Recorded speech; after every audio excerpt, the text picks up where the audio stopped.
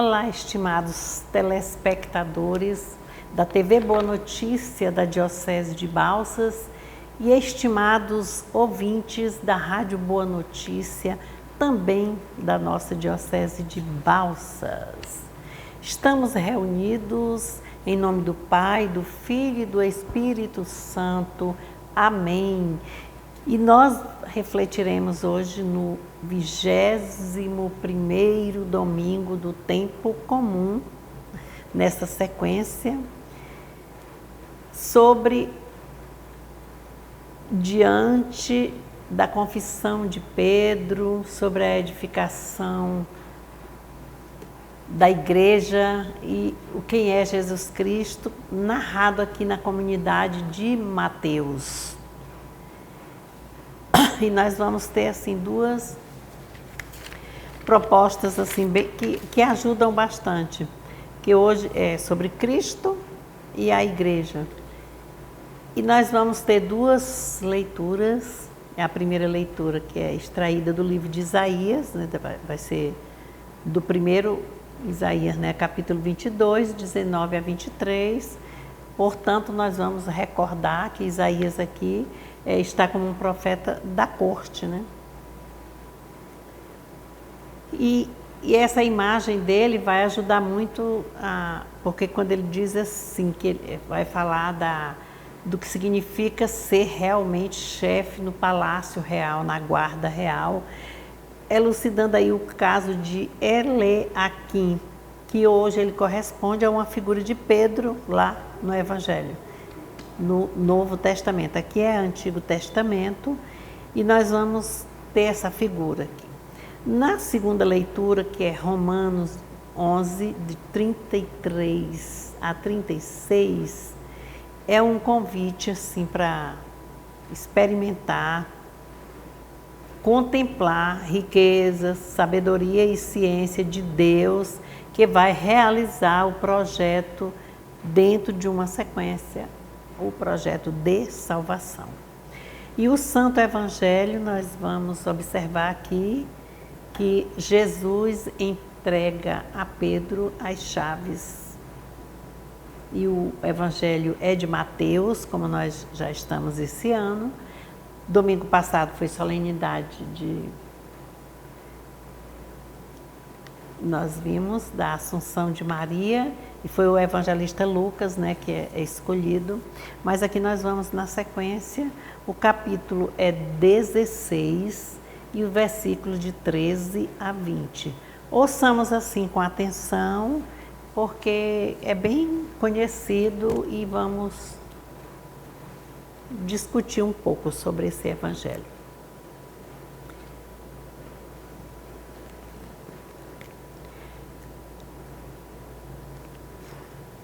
Mateus, capítulo 13 até o 20. Então, quando chegou à região de Cesareia de Filipe, Jesus perguntou a seus discípulos: quem as pessoas dizem que é o Filho do Homem? Eles disseram: alguns dizem que é João Batista, outros dizem que é Elias, outros que é Jeremias ou algum dos profetas. Perguntou-lhes então: e vocês? Quem vocês dizem que eu sou? Simão Pedro respondendo disse: tu és o Messias, o Filho do Deus vivo. Jesus respondeu-lhe: feliz é você, Simão, filho de Jonas, porque não foi alguém de carne e sangue quem lhe revelou isso, e sim o meu Pai que está nos céus. Eu também digo-lhe: você é Pedro, e sobre esta pedra construirei a minha igreja. E as portas do inferno não dominarão sobre ela. Eu darei a você as chaves do reino dos céus. O que você ligar na terra será ligado nos céus, e o que você desligar na terra será desligado nos céus. Então ordenou que os discípulos não dissessem a ninguém que ele era o Messias. Irmãos e irmãs, esta é para nós a palavra da salvação. Glória a vós, Senhor. Nós vamos aqui olhando esse nosso evangelho. É o evangelho do 21º domingo do tempo comum. E dentro desse texto hoje nós vamos observar a declaração expressiva e convicta de Pedro, né, na sua confissão de fé, naquela região de Cesareia de Filipe. Essa região, Cesareia de Filipe, fica no norte de Israel, portanto, bem distante de Jerusalém.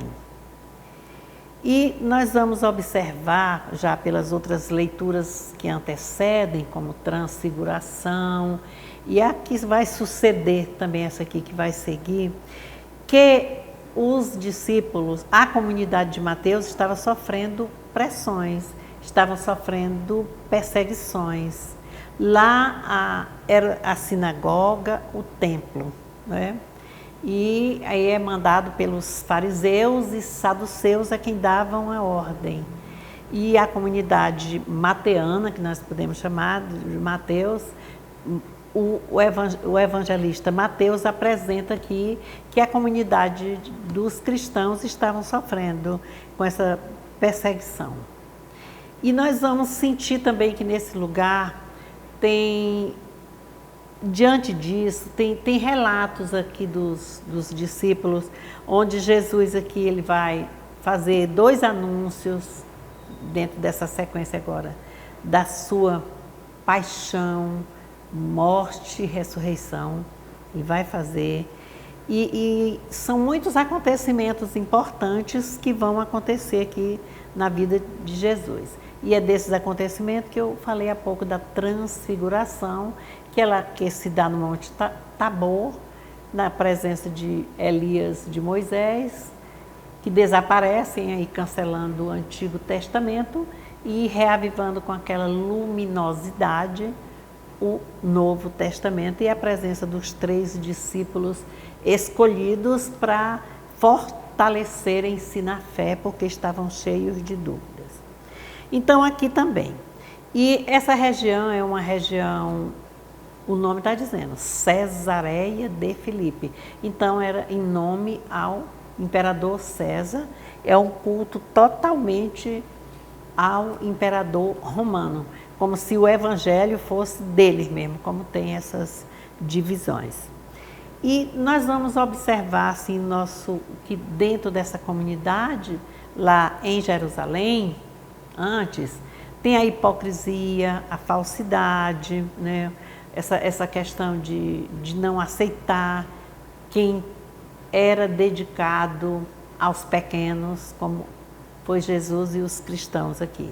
Então, eles eram pela superioridade no fator político e religioso. E essa região era uma região cheia de pedras também, e é lá que nós vamos observar quando Jesus chega com seus discípulos, com um propósito, né, de narrar. Ele quer mostrar aqui que longe daquele jeito eles vão ter a possibilidade também de demonstrar a sua fé.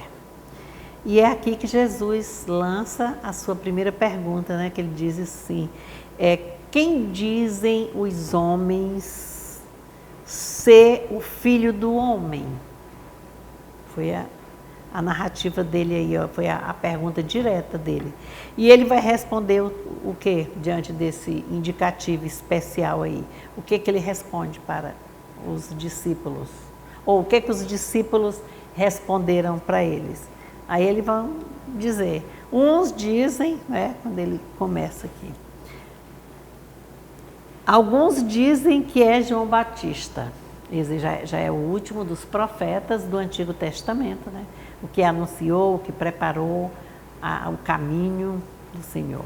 Então, outros dizem que é Elias. Vamos lembrar Elias aqui, sobretudo no momento da transfiguração. Outros que é Jeremias, todo aquele sofrimento, né, que Jeremias participou de exílio, sofreu, anunciava, conta as suas lamentações, todo o seu sofrimento, né, como foi perseguido, jogado, maltratado e é salvo, né, pelo poder de Deus. E é algum dos profetas, né? Então, Jesus Cristo, pelo povo aqui, estava sendo taxado como um profeta. Então, essa possibilidade aí é muito boa, né? Ele sabe que por eles estava. Só que Jesus conhecia também a índole dos seus discípulos. Tinha também essa intenção de fazer com que eles parassem, raciocinassem mais e observassem a comunidade deles mesmos. Então, eles iam responder sem influência dos fariseus, dos saduceus. E aí é onde ele tem a coragem de fazer a outra pergunta, né? Mesmo diante da hostilidade dos que seguiam o imperador, ele tem coragem de fazer aquela pergunta. E a pergunta que ele vai fazer agora é quando ele diz: e vocês? Quem vocês dizem ser o filho do homem? E é a respeito de si mesmo. E nós vamos observar aqui que Pedro toma a iniciativa de ser o porta-voz do grupo. Ele responde. E ele responde forte. Simão Pedro respondeu: tu és o Messias, o Filho de Deus vivo. Então ele foi longe, ele não disse só o Messias, porque tem vários tipos de Messias que vinham anunciando, mas é o Messias, o Filho de Deus. Aí é um outro momento, assim mais forte. E essa expressão de filho do homem, aí tem uma explicação em grego, mas é na origem da literatura apocalíptica que a gente tem aqui, chamada como se já fosse assim, para aquelas que vamos lembrar do Daniel, lá no capítulo 7. Mas ele vai mostrar aqui que tem uma condição divina de Jesus. E ele responde a eles, não responde?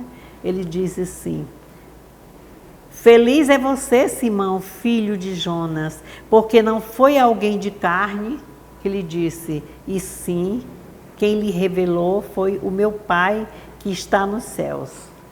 E diante disso, quando ele constata que a revelação, que a resposta de Pedro está ligada, antenada sobre a revelação do Pai, ele vai e faz uma revelação a Pedro. E nós precisamos acompanhar aqui, ele diz assim: feliz é você, alguém de tal. Aí diz: eu digo a você, você é Pedro e sobre esta pedra construirei a minha igreja. Olha, é muito forte. E ainda diz assim: as portas do inferno não prevalecerão contra elas. Eu lhe darei as chaves do reino e o que ligares na terra será ligado nos céus. O que desligares na terra será desligado nos céus. Ele compreendeu, confirmou. E para falar aqui em pedra, nós vamos lembrar aqui tem duas situações aí. Tem a pedra, que quer dizer Pedro, Petrus, é uma pedra tijolo, onde se fazem as construções, né, como base. E tem a pedra Petra, que é representada pela fé, com que Pedro respondeu. E é sobre esta rocha, é a pedra rocha, que eu edificarei a minha igreja. Nós vamos compreendendo nessa linha. E é assim, um testemunho muito forte de Pedro, porque assumiu na pessoa dos outros, mas nós vamos aqui transportar para a nossa igreja.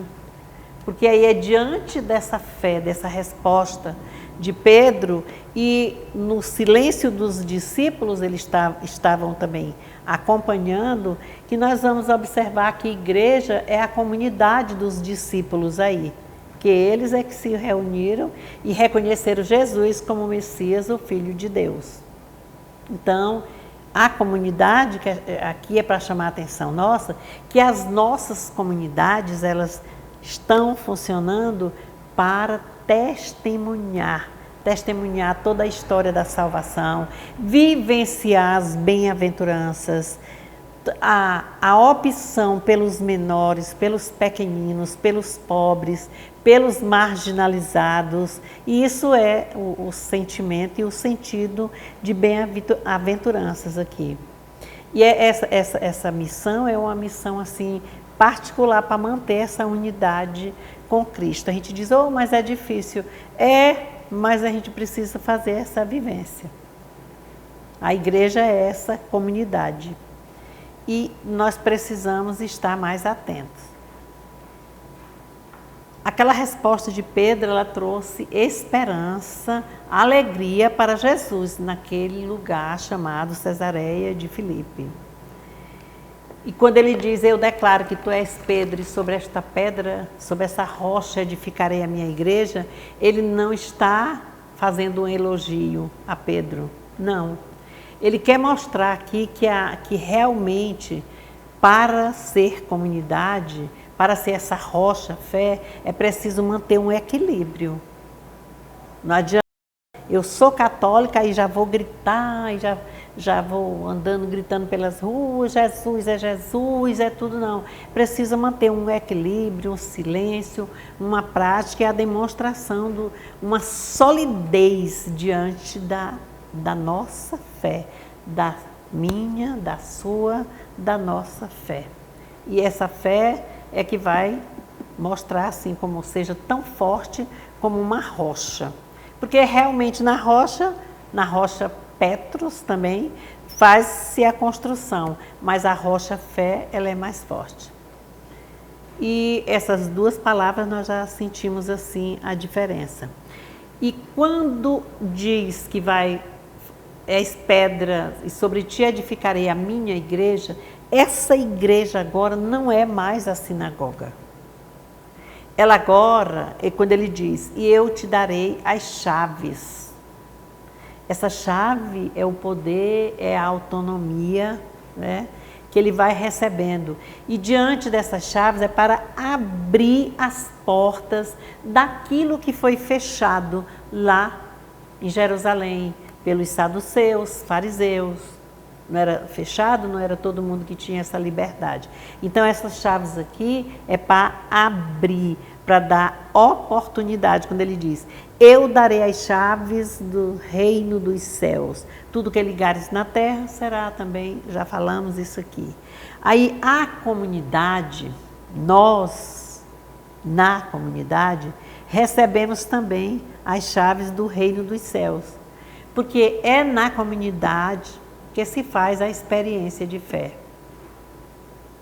É na comunidade que eu sou feliz, né? Assim, eu sou feliz é na comunidade. A gente não canta esse canto aí quando a gente está em momento de missão.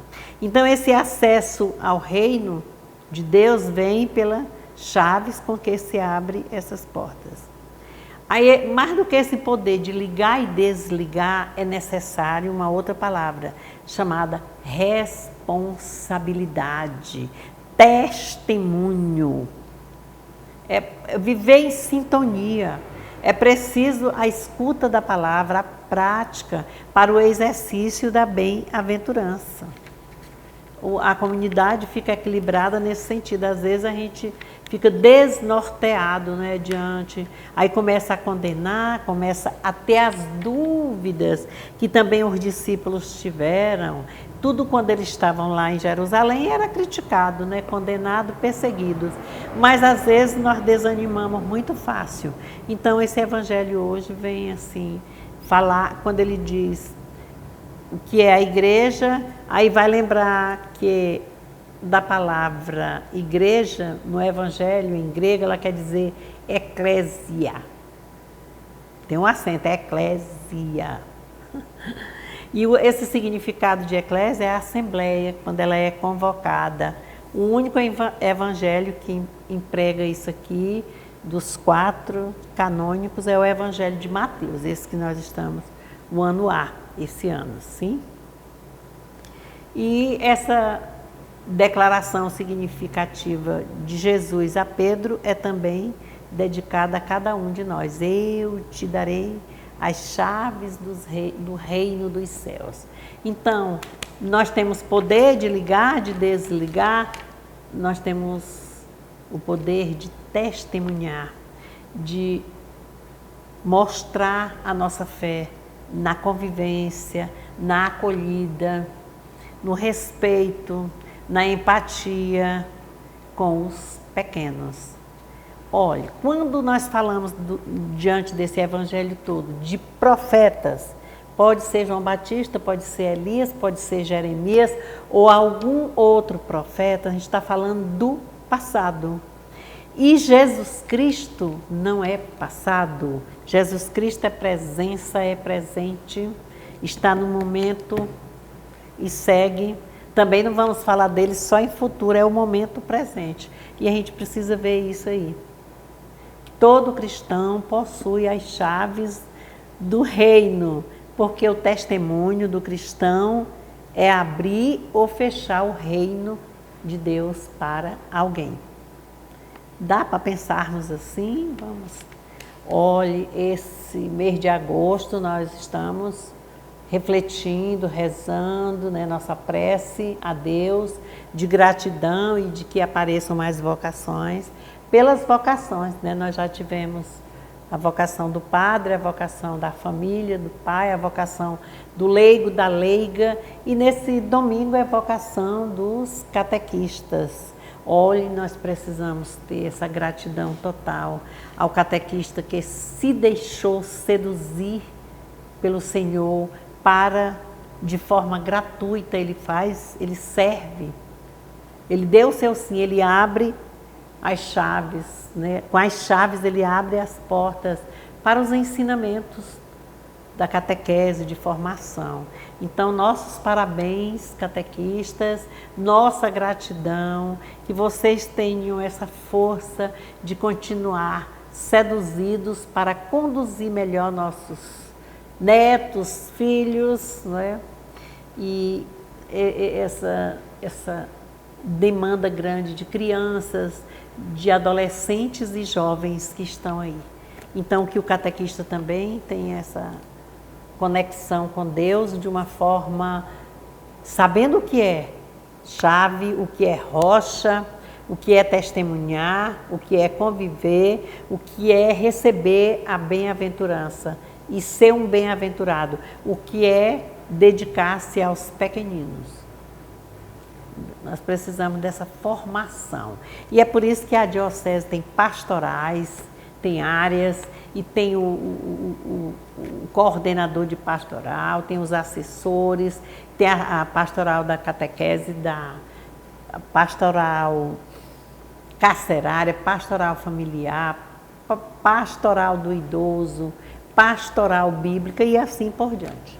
Então, nós precisamos da nossa Bíblia, onde está a palavra de Deus, exposta para cada um de nós. Não esquecendo que o evangelho de hoje é 16, o capítulo em Mateus, versículos de 13 a 20. E lembrem da palavra-chave, da palavra reino, da palavra fé, da palavra testemunhar, da palavra abrir-se. Que Deus derrame sobre nós as suas bênçãos. Abençoe prodigiosamente os catequistas, né, que se dedicam nesse mês das vocações aos sacerdotes, aos pais, aos religiosos e religiosas. Quando fala em catequista, a gente diz leiga, mas não é leiga que não sabe nada, É um leigo que não foi consagrado sendo sacerdote, não, nem religioso, mas é um leigo a serviço do reino, com a chave na mão, chave do reino, testemunhando a nossa fé. Amém? Que Deus abençoe cada um de nós, em nome do Pai, do Filho e do Espírito Santo. Amém. Tenhamos um bom final de semana, participemos da Santa Missa ou das celebrações da palavra, conforme a nossa comunidade. Amém? Amém.